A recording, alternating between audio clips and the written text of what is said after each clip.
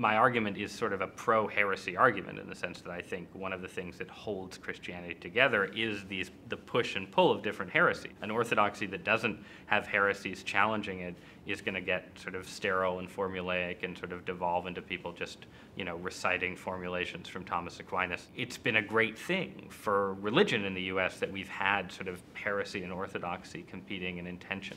I just think we've reached a point where the weakness of orthodoxy in its institutional forms is such that it's creating both religious problems but also practical problems for society as a whole.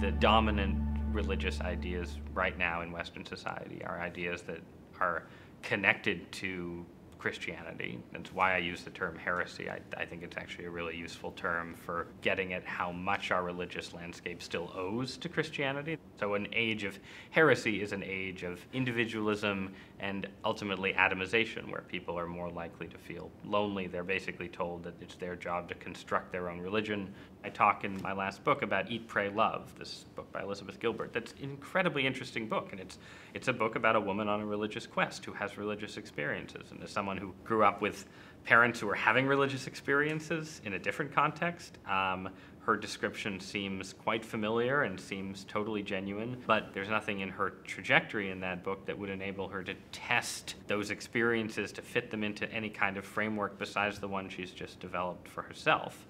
And that framework is basically that, God wants me to be happy and to feel good about what I already want to be doing. If you rely on your own devices to sort of interpret religious experience, personal desire, personal ambition, and so on, you're just going to end up making excuses for why what your ego wants or what your libido wants. Well, that's really what God wants. That's basically pop spirituality in the West right now. The challenge for the church is, first of all, before you get to the level of strategic outreach to young adults and all these things, the first thing is to recognize that this is where the rubber meets the road. You have to prove in the way you live what Christians proved in the Roman Empire, right? That there's a Christian difference.